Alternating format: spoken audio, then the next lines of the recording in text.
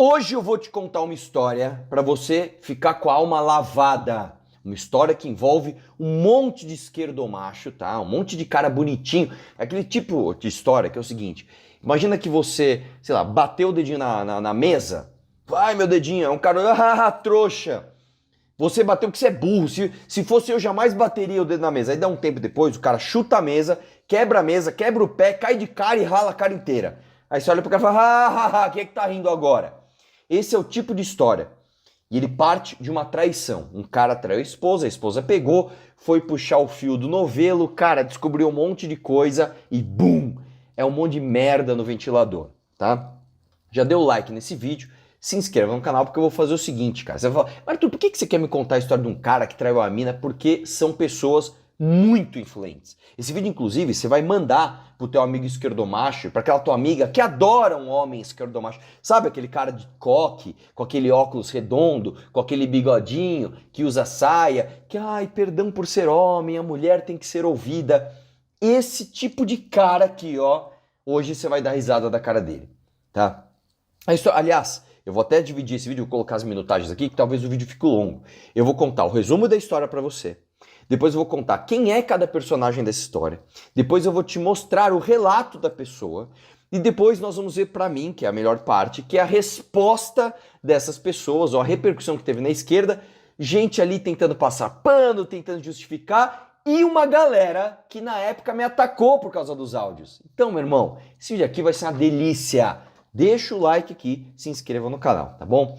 Essa história envolve uma galera que é muito bem conceituada na literatura brasileira. Então, eles são basicamente os influenciadores dos influenciadores. Eles são a patrulha da patrulha, sabe? São esses caras. Vamos começar a história. Era uma vez um homem chamado André Conte. Tá, o André Conte, ele é conhecido pelo seu trabalho na Companhia das Letras, tá? Não é cara pequeno, não.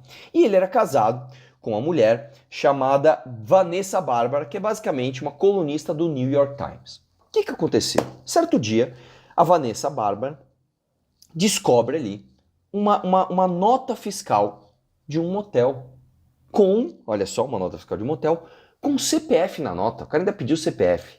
Qual era o CPF? O CPF do marido. Ela, meu Deus, cara, o que será? Será que ele está me traindo? Será que não está? Foi confrontar o cara. O cara, não, mas não tinha bem uma desculpa. Não sei, não é minha, mas ela tá com o seu CPF. Não, mas eu não sei.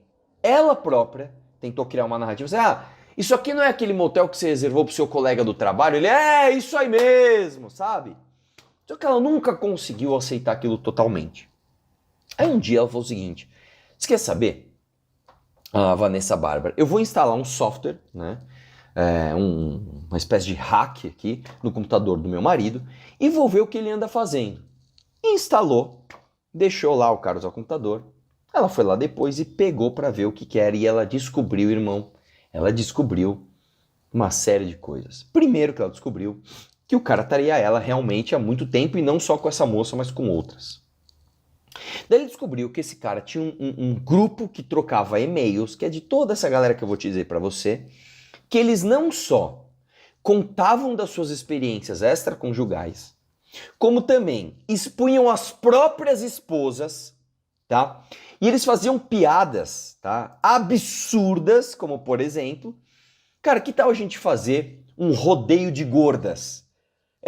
Os esquerdomachos, a mulher tem que ser ouvida, a mulher tem que ser respeitada, o feminismo é importante. Falando num grupo de e-mail que talvez seria uma boa ideia fazer um rodízio de gordas. Olha só que legal, hein? Olha só que galera legal. Segundo essa mulher, eles inclusive, quando eles estavam saindo com alguém, quando eles estavam pegando alguém fora do casamento, eles apadrinhavam essa pessoa de papai dessa mulher. Então, o Joãozinho, que é casado com a Mariazinha, tá pegando a Mariana. Então Joãozinho é o papai da Xoxota Mariana, essa é a expressão que eles usavam. Bom, beleza. Agora o papai, Joãozinho, enjoou da Xoxota Mariana, então agora ele vai passá-la para outro homem. Então, você agora o Danielzinho, agora você é o novo papai da Xoxota Mariana, ela é fácil, ela gosta assim, ela gosta assada, ela gosta não sei o que lá. E, é um saco porque a minha esposa tá assim, tá assado, tá assim, outro. Este é o grupo apelidado de Toxic, os homens de Chernobyl. E, ironicamente, o nome do grupo é justamente de uma usina nuclear que ficava onde? Onde? Na Ucrânia! Na Ucrânia. Então vamos lá. Vamos começar fazendo o seguinte. Eu vou ler trechos de uma matéria, tá? Que saiu aqui na Gazeta do Povo, e depois eu vou mostrar para vocês os personagens dessa história, e depois o depoimento da mulher, e depois a melhor parte, que é a resposta dessa galera, inclusive a galera que me atacou na época do áudio. A controvérsia, que envolve um grupo de intelectuais do meio literário, começou com um caso de infidelidade conjugal ocorrido há 14 anos atrás, evoluiu para acusações de machismo e reacendeu discussões sobre a hipocrisia da ideologia woke. No centro do debate está a escritora e jornalista Vanessa Bárbara, colunista da edição internacional do New York Times e ex-colaboradora de veículos como Piauí, Folha de São Paulo e Estado de São Paulo. Só jornalista mainstream aqui, só você viu de que a gente está falando. Em uma edição do podcast Rádio Novelo, apresentada no último dia 16, ela conta em detalhes os eventos que resultaram no filme de seu casamento com André Conte, um dos sócios da editora Todavia, cujo principal autor é Itamar Vieira Júnior, do best-seller Torto Arado. E aí, fala um monte de coisa, reportagem e tal, e aí diz assim, vou contar a história dessa minha cicatriz de forma mais direta possível. Ela envolve 15 homens brancos em posição de poder, jornalistas e escritores de um certo renome, ou seja, gente que atua na mesma área profissional que eu. Né? E aqui fala aqui que eles faziam um monte de coisa, tarará, tarará, pá, e ela usou alguns pseudônimos, mas todo mundo ligou quem que era, né? E tem a resposta da galera depois, mas vamos lá. Vamos, em primeiro lugar, entender quem são os personagens desse grupo, né? Então, tem o André Conte, que é basicamente um cara da Companhia das Letras, uma das principais editoras do país.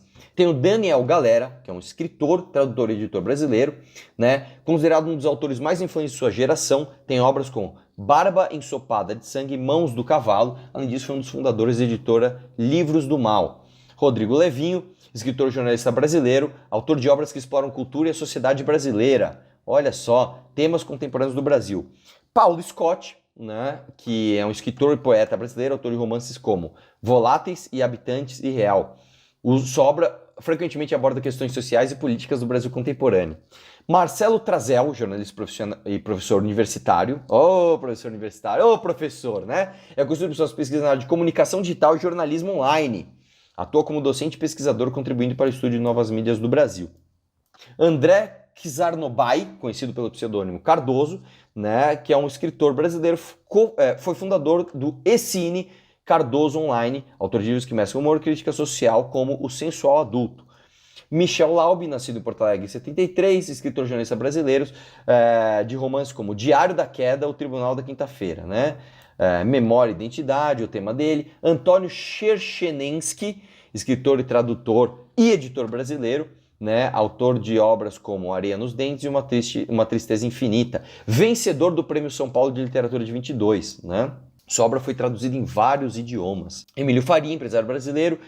Emiliano Urbim, jornalista e escritor brasileiro, conhecido pelas suas colaborações em veículos de imprensa e por suas obras literárias que exploram temas da cultura pop.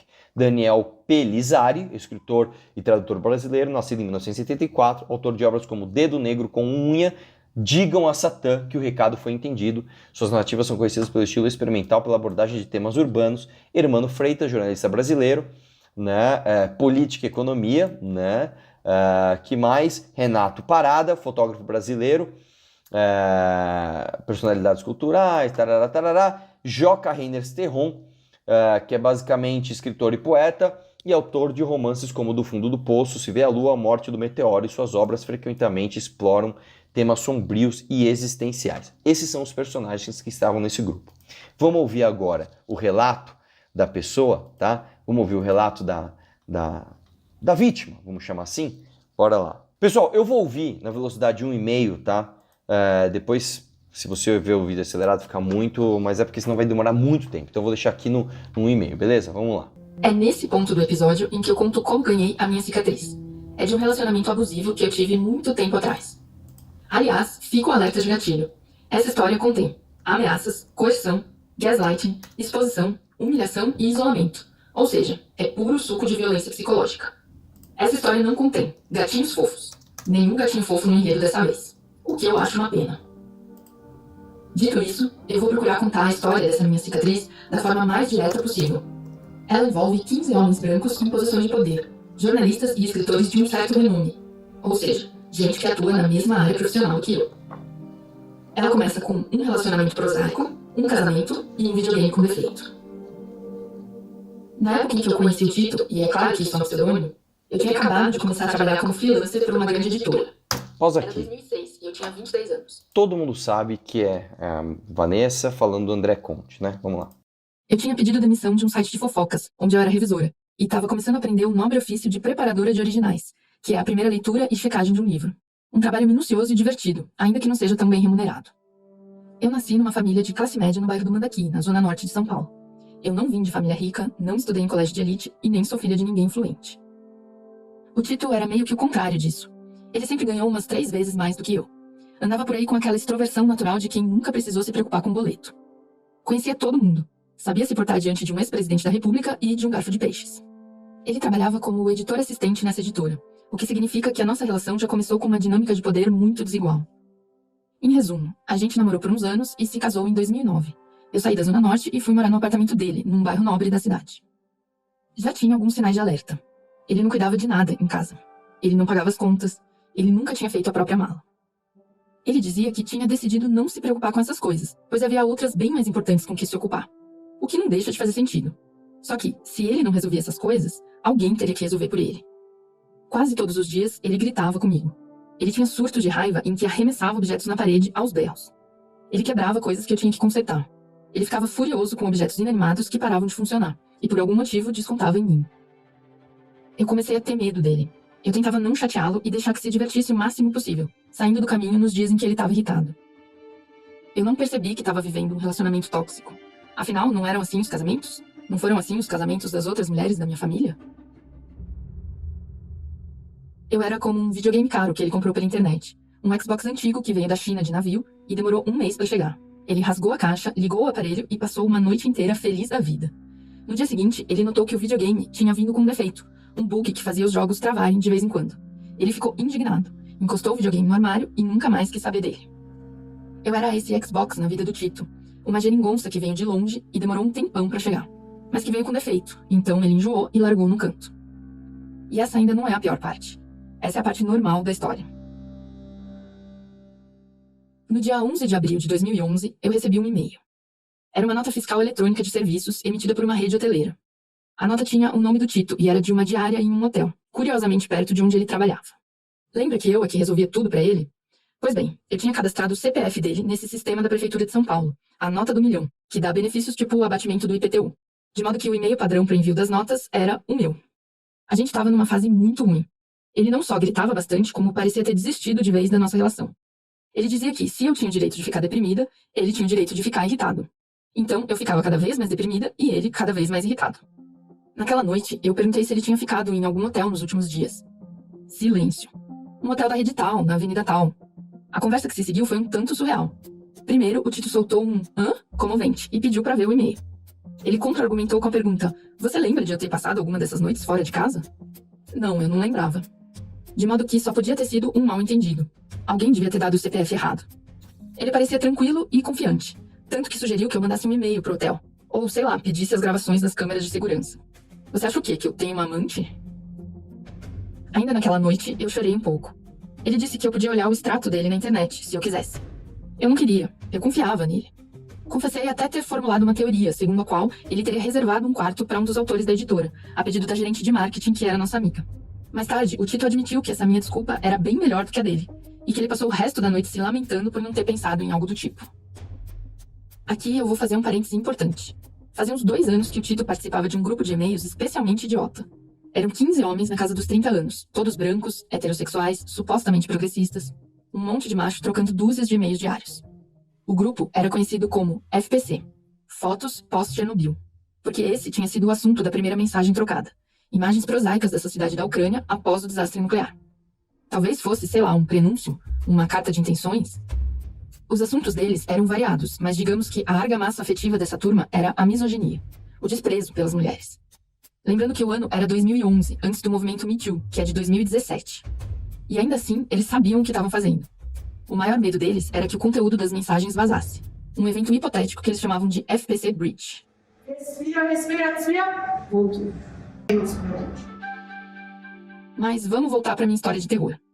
Mais ou menos nessa época, em 2010, aconteceu um episódio de violência na Unesp, no interior de São Paulo, que ficou conhecido como Rodeio das Gordas. Os homens agarravam as mulheres e tentavam passar o maior tempo possível montados em cima delas. Alguns gritavam, "Pula, gorda bandida!". O caso teve uma grande repercussão na imprensa.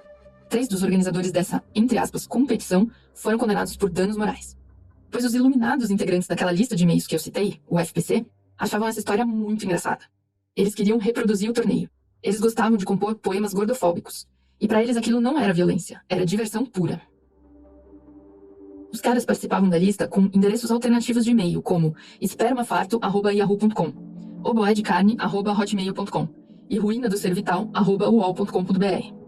Eles objetificavam todo mundo, as colegas de trabalho, as namoradas, as ex-namoradas, as ficantes. Trocavam informações íntimas das parceiras, que ganhavam apelidos como Larissa Mil Orgasmos, criados a partir de confidências que elas um dia fizeram pra um deles. Não, e que foram eu quero deixar o seguinte claro. Eu fiz um áudio, que eu não estava falando de ninguém específico, exagerando tudo, fazendo piadas no grupo que eu não denegrei a imagem de ninguém, né? Elas são deusas, elas são maravilhosas, elas são mais fáceis e não sei o que lá. Beleza. Ai, que absurdo! Os caras chamam a menina, que eles conhecem, de Larissa Mil Orgasmos. Você já vai ver a justificativa, calma lá. Naturalmente compartilhadas em prol da democrática circulação de informações. Eles diziam que era só um clube de cavalheiros, ou conversa de vestiário. Até então, eu sabia da existência dessa lista, mas não tinha ideia do quão longe isso ia. Um pouco depois daquela história da nota fiscal eletrônica, o Tito me pediu para comprar um apoio ergonômico para os pés. Era uma tarde de sábado, 16 de abril. Enquanto ele estava no banho, eu entrei na conta corrente dele para pagar o boleto. E é claro que eu aproveitei para dar uma olhada na tela do extrato. Eu bati o olho na semana do dia 10, a época da emissão da nota. Não tinha nada lá. Aí eu subi a barra de rolagem pro começo do mês, e aí eu vi um débito de R$119 em um hotel. A data, 1º de abril. Quando o Tito saiu do banho, a mesa já estava forrada de extratos do cartão tirados da carteira dele, que eu, absolutamente fora do ar, estava checando um a um. Ele olhou pra mim, viu o que eu tava fazendo e urrou. "Você tá olhando os meus extratos?" Eu disse que sim. Ele continuou. "Você abriu a minha carteira pra olhar os meus extratos?" Eu contei que tinha visto o débito na conta corrente. Tirei o meu computador da tomada e avisei que ia pra casa dos meus pais porque ele tinha mentido. Enquanto eu botava o notebook na mochila, ele me seguia furioso, tentando me intimidar. "Eu vou tomar banho e você sai olhando as minhas coisas." Como eu não dava mostras de me acuar, ele mudou de tática. Falou: "O que você acha que aconteceu, hã? Pensa bem, raciocina. Quem você acha que eu tô encobrindo?" Foi assim que ele botou a culpa no Joseph, um outro escritor / jornalista que era casado e que também estava na lista de e-mails fotos pós-Chernobyl. Joseph é um pseudônimo, tá? Vamos lá. Detalhes bobos. O Joseph foi o nosso padrinho de casamento. Eu achava que ele era um grande amigo. Ele me chamava de irmãzinha. Fazia sentido que o Tito estivesse encobrindo pro Joseph, pelas coisas que ele andava me contando. Aliás, no jargão de FPC, a prática de trair a parceira era conhecida como se aventurar na vida bandida. Eles gostavam de usar abreviaturas e expressões vagas, como se aquilo fosse, sei lá, um protocolo de criptografia que só eles eram capazes de decifrar. Nossa, ninguém... Segundo meu marido, o Joseph estava saindo com uma moça. Mas como a esposa andava desconfiada, pediu que ele, o Tito, reservasse e pagasse o hotel. Depois de ouvir essa versão da história, que eu meio que achei plausível... Que ela mesma inventou na época. Ela mesma falou pro marido: "Cara, não é você que reservou pra alguém?" Aí, beleza, a próxima vez que der merda aqui, eu vou usar essa versão. Amigos com todas as letras, que eu era, sim, importante. Diante do meu pedido, o Tito sentou mais uma vez junto à janela e fumou outro maço de cigarros. Ele disse que não ia me mostrar a mensagem. É claro que não, porque essa mensagem não existia. Acho que foi aí que eu aprendi a ficar cínica. Nesse momento. E comecei a bolar um jeito de descobrir tudo. Chute a nada funcionando. A gente só chuta pra fazer certeza. Então, chegamos ao dia 23 de maio de 2011, uma segunda-feira. Assim que eu acordei, eu pensei, é hoje. Eu tinha passado a semana anterior bolando um plano.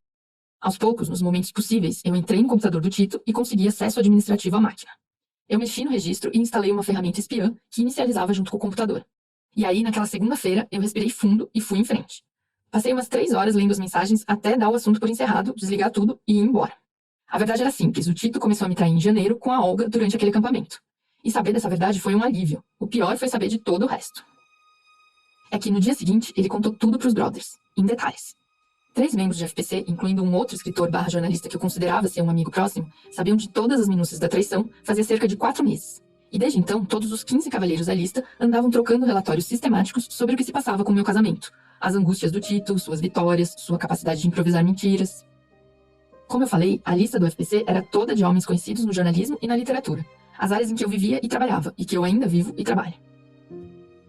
Naquela tarde, eu li um monte de mensagens sobre mim e sobre outras mulheres desse mesmo universo jornalístico/literário.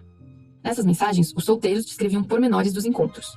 Os casados dividiam particularidades das esposas e detalhes sobre a vida bandida. Uma mulher podia ser classificada como fácil e recomendada a outros membros da lista. Eles escreviam coisas supostamente chocantes, feito um grupo de meninos da 5ª série no vestiário da escola. Por exemplo, na lista, eles chamavam um ao outro de pais.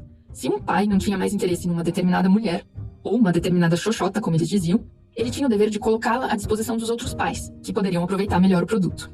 E no meio de tudo isso, tinha as idas e vindas da minha história, que eu estava vendo agora do outro lado. Eu vi ali pessoas que me conheciam, e que eu achava que conhecia, acompanhando a minha humilhação como se fosse uma novela diária. A certa altura, o Tito escreveu que suas mentiras tinham como objetivo dar um tempo para ver se as coisas caíam num lugar confortável para os dois. E completou: na minha cabeça, se eu conseguir me livrar disso sem ela descobrir, tá ótimo. Já fico no lucro. Chutou ou na costela mais baixa ou na carótida mais alta. Que é essa linha aqui, é essa veia. São 2 pontos de choque. Bateu aqui, a pessoa perde um pouco do ar. É claro que eu já sabia que estava sendo traída. A grande revelação não foi essa. Foi saber que eu tinha sido traída em tantos níveis, muito piores que um adultério. Afinal, vários membros de FPC eram teoricamente meus amigos e colegas, só que eles ocupavam postos de poder. Isso quer dizer que eles eram meus potenciais empregadores, e são até hoje. Ou seja, que eu vou continuar pobre pro resto da vida. Não só isso, mas que eu vou ser obrigada a cruzar com eles para sempre, nas feiras literárias ou nos festivais de jornalismo. Eu não pensei em nada disso naquele dia. Enquanto eu li os e-mails, eu só conseguia pensar uma coisa: que bom que finalmente acabou.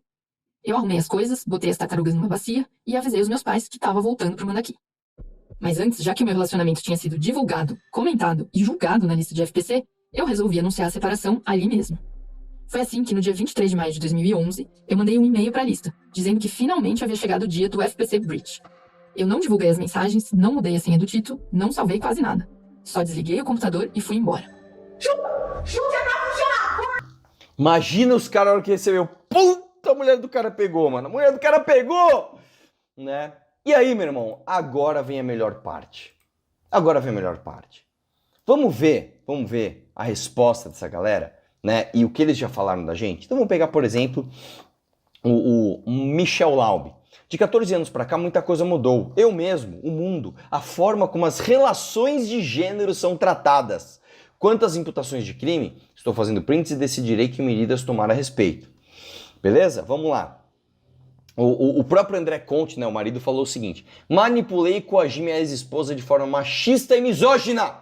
Tive quase 15 anos para refletir sobre o que aconteceu. Esse adultério, a rede de mentiras que criei em torno dele, terminou por afetar a vida de dezenas de pessoas. Então assim, pessoal, isso faz há 15 anos. Agora, né, eu tô bem mais maduro. Peraí, só abrir aqui para ter mais luz. Agora eu não sou mais aquele machista que vocês conhecem, que vocês viram, né? Agora eu refleti muito sobre isso. Eu sou diferente, eu sou diferente. Sei bem... Aí Cadê? O Paulo Scott diz o seguinte: sei bem o quanto minha masculinidade precisa ser diariamente desconstruída. Uma parte das minhas poesias sempre externou isso, viu, pessoal? Eu já falava nas minhas poesias, meu. Eu sei que eu tenho que desconstruir minha masculinidade. Quem teve o privilégio de gênero ou de raça tem obrigação de buscar desfazer a cegueira que os seus privilégios lhe trazem. Olha como escreveu bonito, cara! O Paulo Scott aí, meu, ele sabe que a masculinidade dele precisa ser diariamente desconstruída. Vamos lá. Até a editora Todavia, da qual Conte é um dos donos, emitiu uma nota.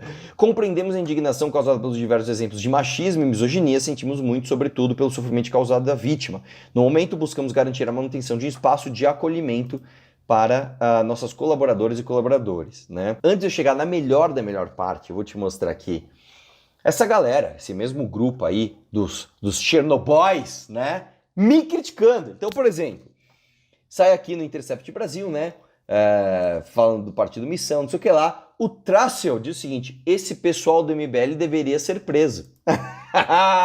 Ô Trácio, não é a gente que tá querendo organizar rodeio de gordas, cara. Não é a gente que fica expondo aí a vida da nossa própria esposa, não é a gente que fica fazendo isso não, bicho. Tá? Vamos ver outra aqui. Paulo Scott, dia 8 de março de 22, bem na época dos áudios, tá? O grande trunfo do MBL é que eles é que eles, aqueles caras e sua moralidade obtusa, não tenham passado. Bastou poucos anos de vivência real, no mundo real, para desmascará-los. Eles nunca foram o novo. Eles são o que de mais podre, em algum momento, começou a ser resgatado do passado. Os caras fazem... Poético o jeito que você escreve, Paulo Scott. Sim, meu amigo, era a crônica da morte anunciada. O fascismo, não entra no debate se aplica ou não ao caso, também tem isso de provocar o incêndio, mas, sem outras sacadas e perversões, não conseguir se manter porque sua coluna de sustentação, a redução, eliminação do outro. Ainda diz o seguinte no dia 5 de outubro de 22. Você não precisa ser do Lula, você não precisa ser do PT. Você só precisa ser você e aceitar que, faça o que fizer, você sempre será um ser político. Votar em Lula é votar na vida, no diálogo. Votar no outro é votar na morte, na fome, no orçamento secreto. É escolher não ser humano. Meu Deus do céu, velho. Vamos outro aqui, ó. O Michel Laub. Lula no primeiro turno, falta pouco. E aí, brother? Pra mim, as duas melhores partes dessa história, que é o seguinte. A esposa de um deles, né? Deixa eu até ver de quem que é aqui. Cadê? Da Gazeta do Povo. Feministas criticam a escritora que defendeu o marido, mas nenhuma resposta causou tanta celeuma quanto a publicada por Natércia Pontes em sua plataforma no Substrack. Casada há 14 anos com André Conte, com quem tem 2 filhas, a escritora saiu em defesa do marido, o que enfureceu as feministas mais combativas. Ou seja, a atual esposa do cara que traiu a ex e fez essas coisas todas, disse o seguinte: ele tinha um grupo machista de amigos com quem desabafava, falava mal dos outros e de assuntos variados e ria. Hoje tem um grupo de mulheres e homens com quem desabafo. Sou cruel, falo mal dos outros e rio. Quem nunca? Ela é autora do romance Os Tais Caquinhos. Ela também acusa Vanessa Bárbara, que já havia narrado o episódio de sua separação no livro Operação Impensável, vencedor do Prêmio Paraná de Literatura em 2014, de ainda hoje tentar manter contato com Conte para pedir ajuda com a carreira. Eita! Em pouco mais de 6 meses, o que mudou no caráter do destinatário, do último e-mail datado dia 17 de 6 de 2024, e o monstro que ela pinta no podcast, porque 6 meses depois desse doce pedido de favor, foram muitos, e elogios à pessoa do meu marido, viraram um ataque cretino com direito a uma rajada de metralhadora de moralidade, né? Que coisa linda, né? No campo de comentários sobre o texto na tela, intitulado Prefiro ser ré do que ser juiz, o público não perdoou. E aí a galera foi lá e desceu a lenha nela. Vamos para outro bom? Olha só, a Marie Leclerc, né? Marie Leclerc, né? Também, né? Já nos atacou. Na época dos áudios ela disse o seguinte, ó, 4 de março de 22. É muito importante lembrar que Arthur Duval foi um dos militantes do MBL que tentou impedir a exposição Queer Museu e ainda me ataca com fake news. Isso é mentira, eu nunca tentei impedir nada, tá? Lá atrás, em 2017, com a desculpa de proteger as crianças da doutrinação ideológica. Hoje é um político que fala da facilidade de pegar mulher refugiada, né? Que eu também não falei disso, mas tudo bem. Essa mesma Marie Leclerc diz o seguinte: nossa, como todo mundo é limpinho, né? Quando é da galera dela, nossa, hein? Como todo mundo que tá criticando é limpinho. Como todo mundo é inviolável, nunca erraram, nunca ficaram nervosos, nunca xingaram. Como todo mundo é preocupado com as mulheres e não portador de um instinto mórbido de acompanhar a vida de terceiros como se fosse um capítulo de novela. Então ela condena mais quem está acompanhando essa história do que quem diz, não, estou preocupado com as mulheres, né? E preocupado em sanar as injustiças do mundo. Vocês são perfeitos, irretocáveis, limpíssimos, dotados de passados idílicos. Vocês são santos modernos, aguardando apenas o ok do Papa para serem canonizados. Façam seus comentários, seus textos em tom de preocupação professoral, publiquem colunas, falem de como vocês jamais fariam nada de errado no mundo. Pois, afinal de contas, são perfeitos, politizados, limpíssimos, nunca sujaram a mão com a própria bosta ao limpar as vossas bundas. Perfeitos! Nem sei se consigo lidar com tamanha benevolência de todos. Ai, meu Deus do céu, hein? Que coisa linda! Quando é da turma dela, veja bem, você também é limpíssimo? Você também é limpíssimo? E pra mim, assim, o melhor dos melhores. Você tá pronto? Vamos lá. Pedro Doria. O sensato Pedro Doria, o homem do caminho do meio, o homem super equilibrado, da opinião ali moderada, né? Do extremo centro, ele é extremo centro. Disse o seguinte, na época dos áudios, 5 de março de 22, olha lá. Em sua tentativa de se defender do indefensável, Arthur Duval explica o problema do MBL. São adultos que se acham meninos, que acham que ser moleque é compatível com fazer política a sério em meio à crise da democracia. É impressionante, cara. Essa galera, eles têm uma tara pela palavra democracia. Você precisa colocar democracia em qualquer coisa. Você vai sair com uma mina, oi, tudo bem, gato? Você vem sempre aqui, nesta democracia? Não entendeu sequer o conceito básico do decoro.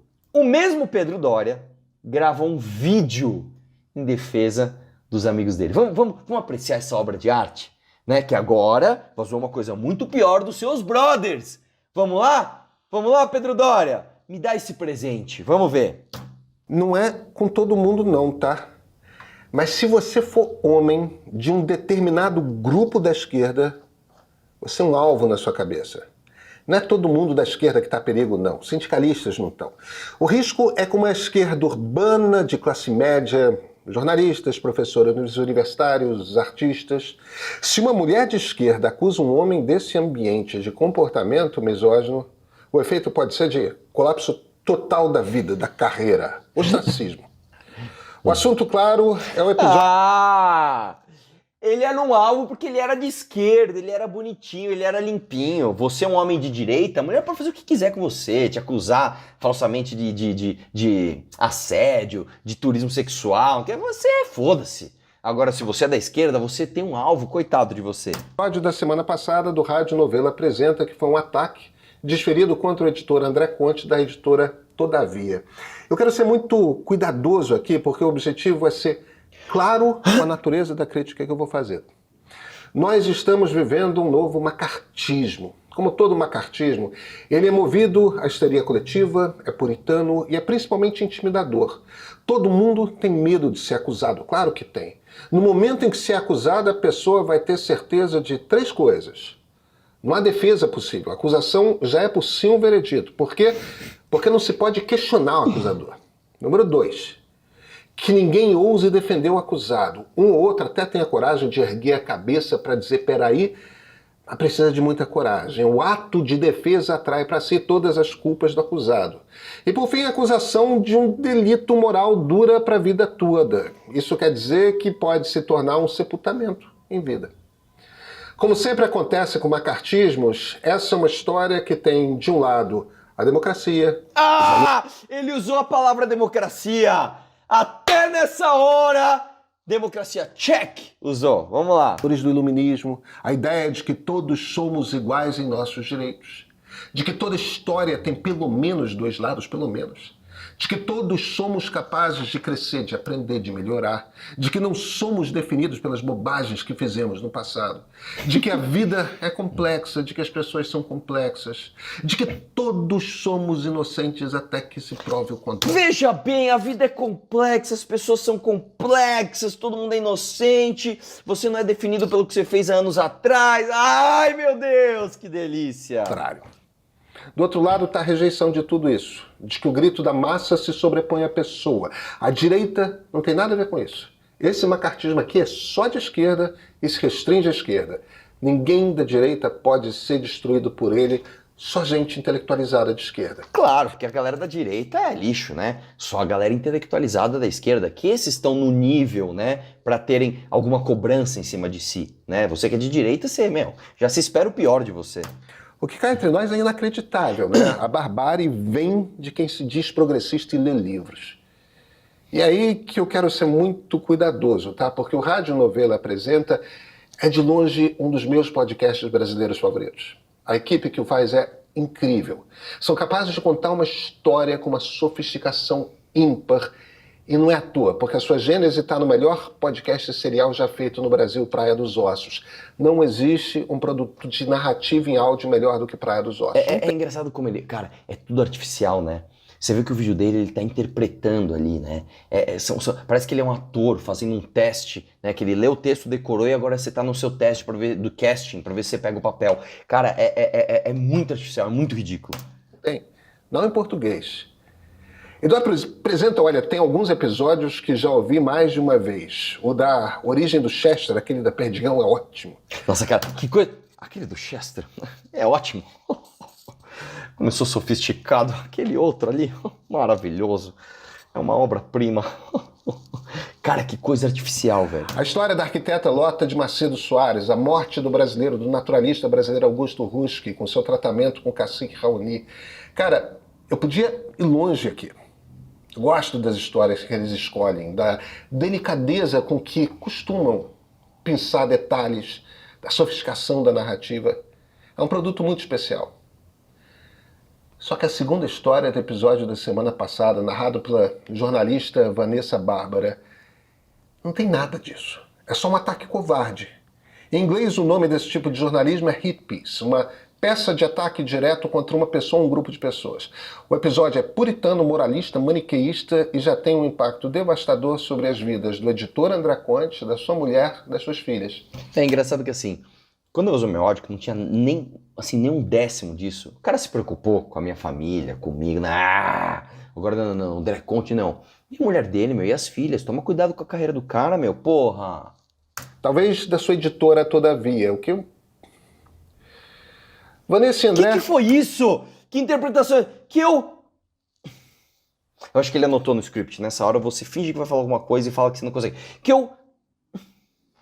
Nossa, cara. Foram casados. André teve um caso, quando descoberto negou. Falou com amigos o tipo de bobagem que homens de 30 anos falam com amigos. Ele falou bobagens que homens de 30 anos falam com amigos. O mesmo cara que diz, MBL é um mando de moleque. Não sabe...